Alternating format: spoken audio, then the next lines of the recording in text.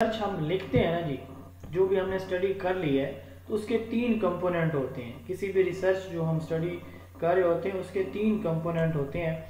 कोई हमने स्टडी की, कोई कंक्लूजन निकाला, उसको हम रिटन फॉर्म में लेके आ रहे हैं, उसके 3 सेक्शन होते हैं। प्रीलिमिनरी सेक्शन, मेन बॉडी, अपेंडाइसिस और सप्लीमेंट्री सेक्शन। प्रीलिमिनरी सेक्शन में इसमें क्या क्या चीज़ें आती हैं? सबसे पहले आपका जो थीसिस है उसका टाइटल पेज आता है, डिक्लेरेशन सर्टिफिकेट आता है। थीसिस का आपको टाइटल का आपको पता है कि टाइटल में आपका नेम होता है, डिपार्टमेंट का नेम होता है, कोई logo, name of institution, university college का नाम आता है। दूसरे नंबर पे आता है डिक्लेरेशन सर्टिफिकेट। इससे इसका मतलब ये होता है कि आपका रिजल्ट बिल्कुल ओरिजिनल है, आपने खुद किया हुआ है, किसी को कॉपी नहीं किया, प्लेजराइज नहीं है आपका डाटा।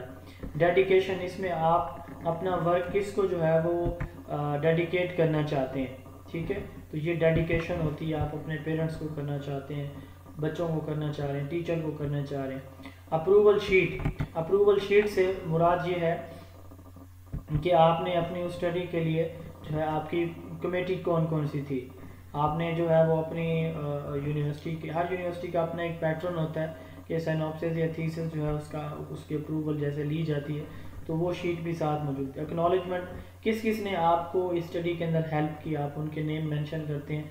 टेबल ऑफ कंटेंट्स, आप जो है वो लिस्ट ऑफ जो कंटेंट है वो बताते हैं इसमें कि ये हमारे चैप्टर हैं और पहला चैप्टर इस पेज पे है, दूसरा इस पे, तीसरा, इसमें टोटल 5 चैप्टर होते हैं रिसर्च रिपोर्ट में। लिस्ट ऑफ टेबल्स, जो आपने टेबल यूज़ किए हैं इसके अंदर उनकी लिस्ट, लिस्ट ऑफ फिगर्स, कोई डायग्राम्स यूज़ किए हैं उनकी लिस्ट। एब्स्ट्रैक्ट, आपने कोई वर्ड यूज़ किए हैं उसमें एब्स्ट्रैक्ट फॉर्म में, या फिर जो है वो कोई एक्रोनिम्स आपने यूज़ किए हैं, ठीक है, एब्रीवेशन, तो वो भी आप इसमें बताते हैं। तो प्रिलिमिनरी सेक्शन के अंदर 10 चीज़ें ये वाली आती हैं। उसके बाद जो दूसरा हमारा जो है वो कंपोनेंट होता है वो इसका होता है मेन बॉडी। मेन बॉडी के 5 चैप्टर हैं। इंट्रोडक्शन पहला चैप्टर, लिटरेचर रिव्यू दूसरा है, रिसर्च मेथोडोलॉजी तीसरा है, डाटा एनालिसिस चौथा है, और समरी या कंक्लूजन, फाइंडिंग, रिकमेंडेशन, ये हमारा 5वां चैप्टर होता है। और आखिर पे आता है अपेंडाइसिस, सप्लीमेंट्री सेक्शन। इसमें बिब्लियोग्राफी या रेफरेंसेस आते हैं। अब बिब्लियोग्राफी से मुराद आपने किसी बुक से जो डाटा वो लिया है वो आपकी बिब्लियोग्राफी आती है। रेफरेंस, आपने किसी रिसर्चर का डायरेक्ट किसी कोई उसका सोर्स मेंशन किया है तो ये आपका रेफरेंस आता है। अपेंडिक्स या अपेंडाइसिस, इंडेक्स या इंडाइसिस, इससे भी मुराद वो आपके जो एंड वाला पेज होता है ना, उसी को हम बोलते हैं जिसमें आप रेफरेंस, बिब्लियोग्राफी, ये सारी चीज़ें मेंशन करते हैं, उसको हम अपेंडाइसिस बोलते हैं। तो सबसे पहले ये आपका टाइटल पेज है, इसके अंदर टाइटल, नेम, रिसर्चर का, डिपार्टमेंट, इंस्टीट्यूशन का नेम, ये चीज़ें आती हैं। डिक्लेरेशन सर्टिफिकेट, आप बताते हैं कि आपका वर्क ओरिजिनल है। एब्स्ट्रैक्ट, इसके अंदर जो है वो आप 120 वर्ड्स का एब्स्ट्रैक्ट लिखते हैं जिसके अंदर आप अपना प्रॉब्लम, हाइपोथेसिस जो आपने बनाया होता है, मेथोडोलॉजी और रिजल्ट, सारी चीज़ें मतलब 120 वर्ड्स के अंदर आप समराइज़ कर देते हैं। इसमें आप एक्रोनिम में लिस्ट ऑफ जो एब्रीवेशन जो आपने यूज़ किए होते हैं वो अल्फ़ाबेटिक ऑर्डर में होते हैं। पेजिंग जो है प्रिलिमिनरी सेक्शन की हम इस फॉर्म में लिखते हैं, ये वाला 1 2 3, ठीक है।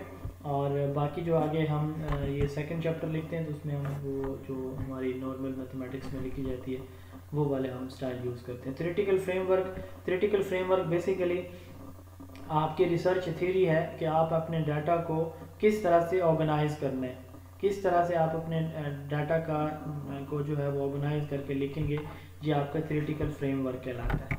यानी यूँ समझ लें कि एक तरह की थ्योरी है कि कैसे डाटा को ऑर्गेनाइज करना है। अच्छा जी, उसके बाद मेन बॉडी, इसमें सबसे पहले इंट्रोडक्शन आता है, इसमें आपका प्रॉब्लम, उसके बाद आपकी पर्पस या सिग्निफिकेंस आती है स्टडी की, ऑब्जेक्टिव्स आ जाएंगे, हाइपोथेसिस आपने, लिमिटेशन, डिलिमिटेशन आ जाएंगी। लिमिटेशन से मुराद ये है कि वो चीज़, वो सेक्शन, बाउंड्री जो एक रिसर्चर ने खुद बनाई होती है और एक वो जो रिसर्चर को नेचुरली रिसर्चर पे इम्पोज की जाती है। मिसाल के तौर पर लिमिटेशन से मुराद ये है कि आप ये देखना चाहें what is role of psychological, what is role of parents involvement in psychological development of child. अब ये देखें यहाँ पे चाइल्ड से मुराद ये है या स्टूडेंट्स, इससे मुराद ये है कि एक चीज़ है कि स्टूडेंट्स से हम डाटा लेंगे, हम जो है इसके अलावा किसी और बंदे से डाटा नहीं लेंगे, ठीक है। अब देखिए हम रिलेशनशिप देखना चाह रहे हैं कि पेरेंट्स की जो सलाहियतें हैं, सपोज उनका बच्चे की साइकोलॉजिकल डेवलपमेंट पे क्या असर है। या पेरेंट्स के नॉलेज का बच्चे की साइकोलॉजिकल वेलबींग पे क्या असर है। अब इसके अंदर अगर आप देखें लिमिटेशन, तो अब यहाँ पे हम बात करेंगे स्टूडेंट्स की, क्योंकि हमने स्टूडेंट की बात की है ना, ये नेचुरल लिमिटेशन है कि स्टूडेंट से ही डाटा लिया जाएगा। अब कुछ ऐसे बच्चे भी होंगे जो स्कूल नहीं पढ़ते होंगे, तो हमने क्योंकि स्टूडेंट की बात की है इसका मतलब हम स्टूडेंट से ही डाटा लेंगे। अब इसके बाद है डीलिमिटेशन। अब स्टूडेंट से भी मजीद हम क्या करते हैं, फर्दर एक और छोटा दायरा बना लेते हैं कि हम किस क्लास के स्टूडेंट लेंगे। हम जो है सिर्फ 5वीं क्लास के स्टूडेंट लेंगे। अब ये डीलिमिटेशन होगी। एक नेचुरल जो बाउंड्री इम्पोजिशन, उसको हम जो है लिमिटेशन बोलते हैं, और एक रिसर्चर खुद लगाता है, उसको हम अपनी आसानी के लिए उसको डीलिमिटेशन कहते हैं। रिव्यू ऑफ लिटरेचर ये आप पढ़ चुके हैं। उसके बाद मेथोडोलॉजी, ये हार्ट ऑफ रिसर्च, मेथोडोलॉजी को हार्ट ऑफ रिसर्च हम कहते हैं। इसमें आपकी स्टडी की nature, research design, population, sample किस तरह से लिया गया, टूल आपने कौन सा यूज़ किया डाटा कलेक्शन के लिए, डाटा कलेक्शन जो टूल आपका था वो वैलिड था या नहीं था, डाटा कलेक्शन कैसे की, एनालिसिस कैसे किया, ये मेथोडोलॉजी के अंदर आ जाता है सारे का सारा। ठीक है, उसके बाद है summary, finding, conclusion, last chapter है। समरी जो है इसको नटशेल कहा जाता है रिसर्च का। तो फाइंडिंग में जो डाटा एनालिसिस आपने किया उससे आपने क्या जो है वो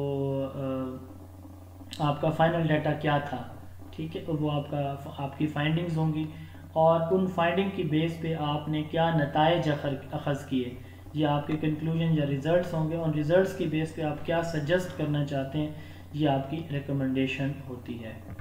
bibliography, sources of the research literature which are the part of the research. अब यहाँ पे देखें बिब्लियोग्राफी और रेफरेंस अपेंडाइसिस में फ़र्क है कि बिब्लियोग्राफी ऐसे सोर्सेज होते हैं जिनका आपके रिसर्च के साथ डायरेक्ट लिंक है, वो यानी आप उन लोगों का नाम यहाँ पे मेंशन कर रहे होते हैं जिन्होंने आपको उन आर्टिकल्स का, उन जर्नल्स को आप मेंशन कर रहे होते हैं जो डायरेक्टली लिंक्ड हैं आपके रिसर्च के साथ, ठीक है, तो वो आपकी बिब्लियोग्राफी कहलाती है। और रेफरेंस क्या होते हैं, वो सोर्सेज जो कि डायरेक्टली आपके रिसर्च का पार्ट नहीं है, ठीक है, तो उनको आप जो है वो रेफरेंसेस कहते हैं। अपेंडाइसेस या अपेंडिक्स क्या होते हैं, external material that support the research. कोई वेबसाइट्स हैं, कोई ब्लॉग्स हैं, वो जो आपकी स्टडी को जो है मज़ीद सपोर्ट करते हैं, उसको अपेंडिक्स या अपेंडाइसेस बोलते हैं। रिसर्च याद रखिए, एक हम थीसिस बोलते हैं, एक रिपोर्ट होती है। रिसर्च जो हम जो सिनॉप्सिस होता है ना, डाइसर्टेशन या सिनॉप्सिस, वो एक प्रपोजल होता है और वो फ्यूचर में लिखा जाता है कि मैं ये करूँगा, और जो रिपोर्ट होती है ये करने के बाद लिखी जाती है, तो इसलिए ये पास्ट टेंस में होती है, ठीक है। और इसमें हर एक यूनिवर्सिटी के अपने फॉर्मेट होते हैं लिखने के। APA एक फॉर्मेट है, अमेरिकन साइकोलॉजिकल एसोसिएशन, इसका 7th वर्जन अभी चल रहा है। हर एक यूनिवर्सिटी का वैसे अपना पैटर्न होता है, हमारी भी मुख्तलिफ यूनिवर्सिटीज़ के मुख्तलिफ पैटर्न है। टाइम न्यू रोमन स्टाइल इसके अंदर यूज़ होता है। रिसर्च हेडिंग जो है वो बोल्ड फॉर्म में लिखी जाती है हमेशा। फॉन्ट साइज़ जो है वो चैप्टर की हेडिंग का 14 होता है, सब हेडिंग जो है 16 होता है, सब हेडिंग जो है वो 12, और फॉन्ट साइज़ जो है रिसर्च रिपोर्ट के अंदर नॉर्मल वो यानी मेन हेडिंग आपकी 16 है, सब हेडिंग 14, और जो टेक्स्ट है वो 12 फॉन्ट साइज़ का होता है। तो A4 साइज़ हम नॉर्मली यूज़ करते हैं इसमें, और डबल स्पेस हम यूज़ करते हैं रिसर्च रिपोर्ट के टेक्स्ट के अंदर।